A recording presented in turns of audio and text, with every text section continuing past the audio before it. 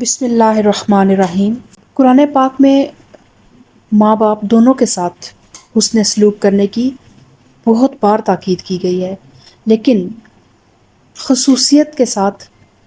ماں جو اولاد کو پیدا کرنے میں وہ جو دکھ اٹھاتی ہے اور جو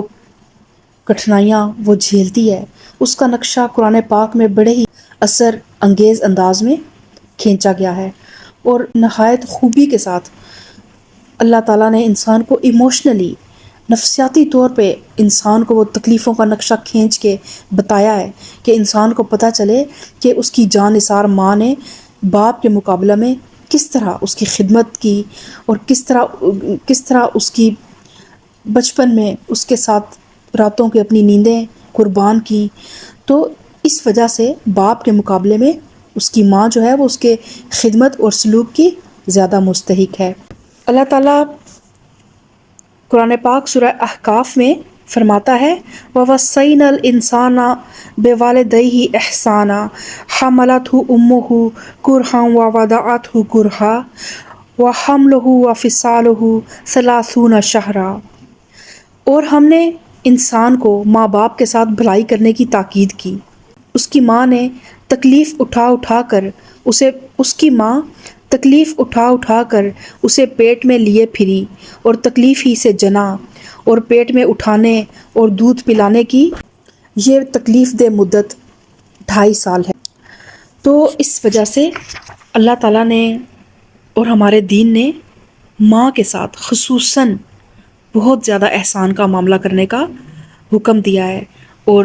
ماں کی خدمت کا خصوصی خیال رکھنا چاہیے، کیونکہ مائیں ویسے بھی طبعاً کمزور اور حساس ہوتی ہیں۔ ایک تو بچوں کی پیدائش، ماں اپنے جسم کے تقریباً سارے اس کے جتنے بھی وائٹامنز ہوتے ہیں، جتنے منرلز ہوتے ہیں، جتنی کیلشیمز ہوتی ہیں، وہ سارا اس کی انرجی اس کے بچوں کو پیدا کرنے اور ان کو دودھ پلانے میں بہت زیادہ اس کی انرجی وہ اپنے جسم سے اپنے بچوں کو پالتی ہے۔ تو اس وجہ سے وہ فزیکلی بھی کمزور ہوتی ہے اور جذباتی طور پر بھی وہ حساس ہوتی ہے۔ تو اس لیے انسان کی خدمت اور اس کے سلوک کی نسبتاً وہ زیادہ ضرورت مند بھی ہوتی ہے۔ پھر اس کے احسانات اور قربانیاں بھی باپ کے مقابلے میں کہیں زیادہ ہوتی ہیں۔ اس لیے ہمارا دین جو ہے اس نے ماں کا حق زیادہ بتایا ہے، اور ماں کے ساتھ خصوصی حسن سلوک کی ترغیب دی ہے ہمارے دین نے۔ اور حضرت ابو ہریرہ رضی اللہ تعالیٰ عنہ فرماتے ہیں کہ ایک شخص نبی کریم صلی اللہ علیہ وآلہ وسلم کی خدمت میں آیا اور پوچھا، اے اللہ کے رسول، میرے نیک سلوک کا سب سے زیادہ مستحق کون ہے؟ آپ نے فرمایا تیری ماں۔ اس نے پھر پوچھا کون ہے؟ آپ نے فرمایا تیری ماں۔ اس نے پھر پوچھا کون ہے؟ آپ صلی اللہ علیہ وآلہ وسلم نے ارشاد فرمایا تیری ماں۔ اس نے کہا پھر کون؟ تو آپ نے تب فرمایا تیرا باپ۔ اسی طرح حضرت جہمہ نبی کریم صلی اللہ علیہ وآلہ وسلم کی خدمت میں حاضر ہوئے اور فرمایا کہ اے اللہ کے رسول، میرا ارادہ ہے کہ میں آپ کے ساتھ جہاد میں شرکت کروں، اور اسی لیے آیا ہوں کہ آپ سے اس معاملے میں مشورہ لوں، فرمائیے کیا حکم ہے؟ نبی کریم صلی اللہ علیہ وآلہ وسلم نے اس سے پوچھا تمہاری والدہ زندہ ہیں؟ انہوں نے فرمایا جی ہاں زندہ ہیں۔ تو نبی کریم صلی اللہ علیہ وآلہ وسلم نے ارشاد فرمایا تو پھر جاؤ انہی کی خدمت میں لگے رہو، کیونکہ جنت انہی کے قدموں کے نیچے ہے۔ اب ادھر سے آپ ماں کی عظمت کا اندازہ لگا سکتے ہیں کہ ایک شخص میلوں سے دور سے سفر کر کے آتا ہے اور چاہتا ہے کہ نبی کریم صلی اللہ علیہ وآلہ وسلم کی معیت میں دین کی سربلندی کے لیے جہاد میں شریک ہو، لیکن آپ صلی اللہ علیہ وآلہ وسلم اسے لوٹا دیتے ہیں اور فرماتے ہیں کہ جہاد میں شرکت تم اسی صورت میں کر سکتے ہو جب یا تو تمہارے والدین تمہیں اجازت دیں، یا پھر اپنی ماں کی خدمت کرو، تو یہی سب سے بڑا جہاد ہے۔ اور جو اللہ کی راہ میں جہاد کر کے جو جنت تم نے کمانی ہے، وہ جنت تمہاری ماں کے قدموں کے نیچے ہے، تو اس ماں کی خدمت کرو۔ اور اگر والدین غیر مسلم ہوں تب بھی ان کے ساتھ اچھا سلوک کرنا چاہیے، ان کا ادب اور ان کا احترام۔ اور اسی طرح حضرت اویس کرنی نبی کریم صلی اللہ علیہ وآلہ وسلم کے دور میں موجود تھے، مگر آپ صلی اللہ علیہ وآلہ وسلم سے ملاقات کا شرف حاصل نہ کر سکے، اور اس کی وجہ کیا تھی کہ ان کی والدہ بوڑھی تھیں۔ وہ دن رات انہی کی خدمت میں لگے رہتے، اور نبی کریم صلی اللہ علیہ وآلہ وسلم کے دیدار کی بڑی آرزو تھی۔ کون ایسا مومن ہوگا جو اس دور میں ہو اور اسے پتہ ہو کہ اللہ کے نبی، اللہ کے رسول موجود ہیں، تو وہ اس تمنا میں نہ تڑپتا ہو کہ اس کی آنکھیں اللہ کے رسول کے دیدار سے روشن ہوں۔ لیکن حضرت اویس کرنی بھی جو ہیں، ان کے دل میں بہت طلب تھی، بہت تڑپ تھی کہ وہ آپ صلی اللہ علیہ وآلہ وسلم سے ملنے آئیں، لیکن نبی کریم صلی اللہ علیہ وآلہ وسلم نے منع فرمایا۔ اور فریضہ حج ادا کرنے میں بھی ان کی بڑی دلی آرزو تھی، لیکن جب تک ان کی والدہ حیات رہیں ان کی تنہائی کے خیال سے حج نہیں کیا، اور ان کی وفات کے بعد ہی یہ آرزو پوری ہو سکی۔ اور شاید یہی وجہ ہے کہ آج بھی ہر شخص جو ہے وہ اویس کرنی کے نام سے واقف ہے، اور ان کا، حالانکہ وہ آپ صلی اللہ علیہ وآلہ وسلم کا دیدار نہیں کر سکے اپنی آنکھوں سے، لیکن اس کے باوجود ہر شخص اویس کرنی کے آپ صلی اللہ علیہ وآلہ وسلم سے عشق اور محبت کی گواہی بھی دیتا ہے، اور ان کے لیے ہمارے دل میں ایک احترام بھی ہے۔ اور والدین اگر غیر مسلم ہوں تو بھی ان کے ساتھ بہترین سلوک کرنا چاہیے، ان کا ادب اور احترام اور ان کی خدمت برابر کرتے رہنا چاہیے۔ لیکن اگر وہ شرک کا حکم دیں یا اللہ کے رسول اور اللہ کی نافرمانی کا حکم دیں تو پھر ان کی اطاعت سے انکار کر دینا چاہیے، اور ان کی بات بالکل نہیں ماننی چاہیے۔ اللہ تعالیٰ سورہ لقمان میں فرماتا ہے کہ اگر ماں باپ دباؤ ڈالیں کہ میرے ساتھ کسی کو شریک بناؤ جس کا تمہیں کوئی علم نہیں ہے، تو ہرگز ان کا کہنا نہ مانو اور دنیا میں ان کے ساتھ نیک برتاؤ کرتے رہو۔ اسی طرح حضرت اسماء جو حضرت عائشہ رضی اللہ تعالیٰ عنہ کی بہن تھی، وہ فرماتی ہیں کہ نبی کریم صلی اللہ علیہ وآلہ وسلم کے عہد مبارک میں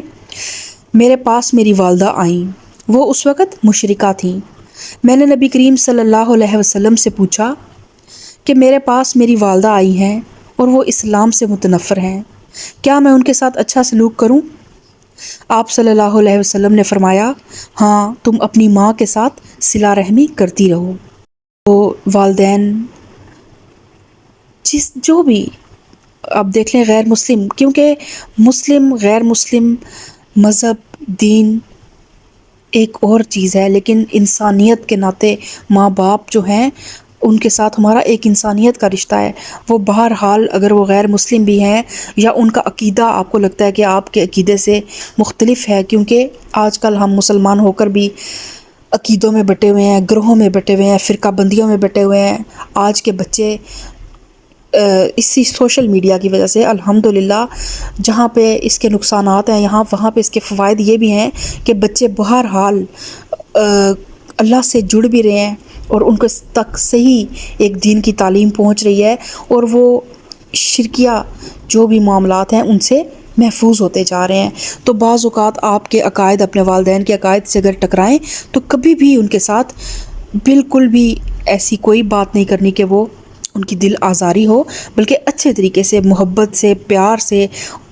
ان کو اپنی صحیح بات کی طرف، صحیح دین کی طرف لانے کی کوشش کریں، اور ان کے لیے برابر دعا کرتے رہیں، ان کے احسانات کو یاد کر کے اللہ تعالیٰ کے حضور رو کے، گڑ گڑا کے اور انتہائی دل سوزی سے اور قلبی جذبات کے ساتھ اللہ سے ان کے لیے رحم کی اور کرم کی درخواست کیجیے۔ اور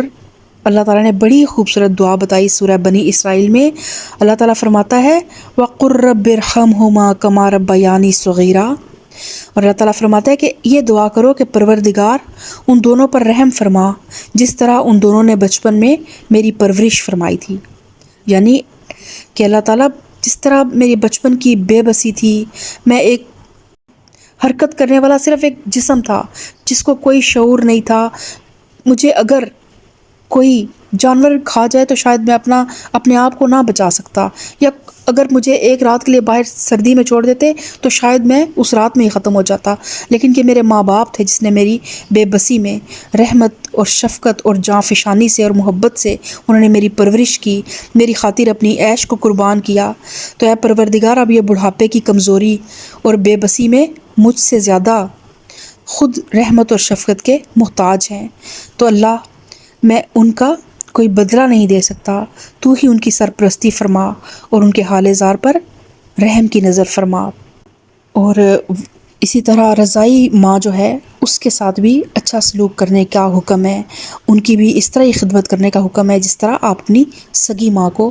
جنہوں نے آپ کو جنم دیا ہے، ان کی عزت اور احترام اور خدمت کرتے ہیں، اس طرح رضائی ماں کا بھی، کیونکہ وہ بھی آپ کو زندگی دینے کا باعث بنی، اس نے اپنے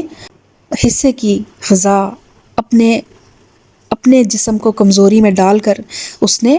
آپ کو دودھ پہنچایا، آپ کو غذا پہنچائی، تو پھر اس کا ادب اور احترام آپ پہ لازم ہے۔ حضرت ابو طفیل رضی اللہ تعالیٰ عنہ کہتے ہیں کہ میں نے نبی کریم صلی اللہ علیہ وآلہ وسلم کو دیکھا کہ آپ گوشت تقسیم فرما رہے تھے، اتنے میں ایک عورت آئی اور نبی کریم صلی اللہ علیہ وآلہ وسلم کے بالکل قریب پہنچ گئی۔ آپ نے اس کے لیے اپنی چادر بچھا دی، وہ اس پر بیٹھ گئیں۔ میں نے لوگوں سے پوچھا یہ صاحبہ کون ہے؟ تو لوگوں نے بتایا کہ یہ نبی کریم صلی اللہ علیہ وآلہ وسلم کی وہ ماں ہیں جنہوں نے آپ کو دودھ پلایا تھا۔ اللہ تعالیٰ ہمیں ان تمام جو بھی قرآن سے، حدیث سے یا کسی بھی نیک انسان سے، کسی بڑے کی نصیحت سے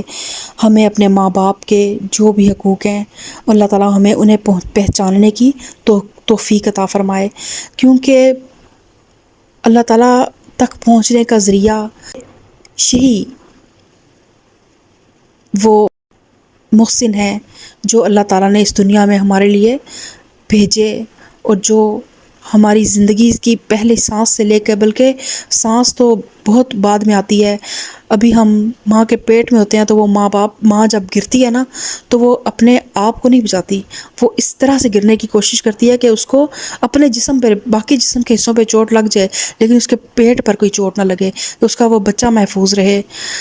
اور کئی مائیں ایسی بھی ہیں جنہوں نے، جب ڈاکٹرز نے کہا کہ ماں یا بچے میں سے کوئی ایک بچ سکتا ہے تو ماں نے کہا کہ میرے بچے کو بچا لیں،